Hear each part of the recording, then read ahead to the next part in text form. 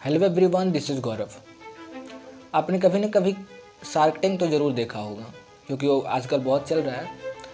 तो उसमें बहुत सारे लोग आते हैं, अपना इनोवेटिव माइंड लेकर आते हैं, और जब अपने आप को इन्वेस्टर के सामने प्रेजेंट करते हैं तो इन्वेस्टर्स का बस एक ही रिएक्शन होता है। ज़्यादातर लोगों का यही बात है, इन्वेस्टर का बस यही रिएक्शन होता है कि यार आपका इनोवेटिव माइंड बहुत अच्छा है, आपका इनोवेशन बहुत अच्छा है, नेक्स्ट लेवल का है, लेकिन मेरे को आपका बिजनेस आइडिया समझ नहीं आया, आप इसको किस वे में इम्प्लीमेंट करना चाहते हैं वो समझ नहीं आया, आपका विजन क्या है, आपका ग्रोथ किस लेवल का होगा वो मेरे को समझ ही नहीं आ रहा है। कैसे समझ आएगा? उस बंदे को आपको प्रेजेंट नहीं करने आ रहा है, वो प्रेजेंट नहीं कर पा रहा है खुद को। क्यों नहीं कर पा रहा है? क्योंकि उसने आज तक कभी कॉमर्स का सी नहीं पढ़ा, फाइनेंस का एफ नहीं पढ़ा है, तो कैसे आपको प्रेजेंट कर पाएगा? अगर उस फील्ड में उस कि टीम में अगर कोई कॉमर्स का बंदा है, फाइनेंस का बंदा है, तो आपको प्रेजेंट करेगा, अदरवाइज वो नहीं कर पाएगा। कैसे कर पाएगा? आज तक आपने 10th क्लास तक कभी बेसिक नॉलेज में कॉमर्स का नॉलेज ही नहीं दिया आपने कभी।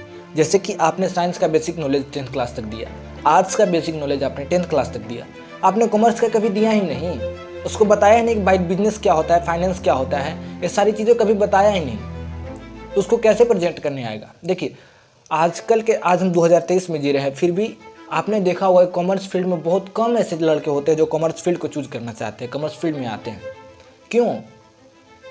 क्योंकि हमने आज तक कभी उनको इंटरेस्ट जगाया ही नहीं, कॉमर्स फील्ड क्या होता है, इसमें किन चीज़ों पर बातें होती है, इस सब चीज़ों के बारे में कभी बताया ही नहीं, कभी उनका इंटरेस्ट ही नहीं जगा कॉमर्स के बारे में। अगर 10th क्लास के बाद बाई चांस कोई बंदा अगर कॉमर्स ले लेता है तो चलो अच्छी बात है, उसको पता होती है इन सब चीज़ों के बारे में। लेकिन अगर बंदा साइंस स्ट्रीम ले लिया या फिर आर्ट्स स्ट्रीम चूज कर लिया, तो उसके बाद लाइफ में कभी वो कॉमर्स का सी भी नहीं पढ़ पाता है।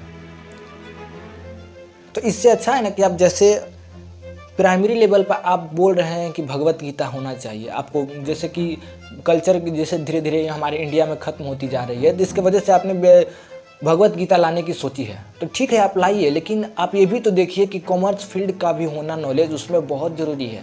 10th क्लास तक भी आपको कॉमर्स का भी नॉलेज देना पड़ेगा, अदरवाइज हम उस लेवल तक जैसे आपका माइंडसेट है मेड इन इंडिया करने का, जिससे हर एक एंटरप्रेन्योर को जगाने का, वो आप कर ही नहीं पाएंगे, क्योंकि आप बेसिक नॉलेज पे कभी उसको जगा ही नहीं पा रहे हैं।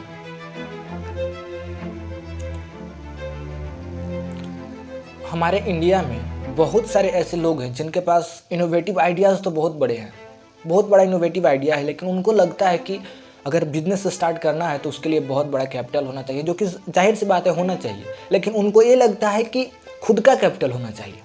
बस ऐसा नहीं है, क्योंकि उसने कभी फाइनेंस का नॉलेज लिया ही नहीं है। देखिए, कोई भी बिजनेस स्टार्ट करना है तो उसके लिए आपको इन्वेस्टर्स के पास जाना पड़ता है, क्योंकि खुद का कैपिटल लगाकर कोई कितना बड़ा बिजनेस कर लेगा, आपको दूसरों के पास जाना पड़ेगा, इन्वेस्टर से इन्वेस्टमेंट लेना पड़ता है। बट हमारे इंडिया में 90% लोगों को ये चीज़ें पता ही नहीं है अभी तक कि इन्वेस्टमेंट क्या होता है, कहाँ से इन्वेस्टमेंट ले सकते हैं, कौन कौन इन्वेस्टर कैसे कैसे क्या होता है, कुछ पता ही नहीं है उनको, जिसकी वजह से वो कभी उस आइडियाज़ को इम्प्लीमेंट ही नहीं करते हैं।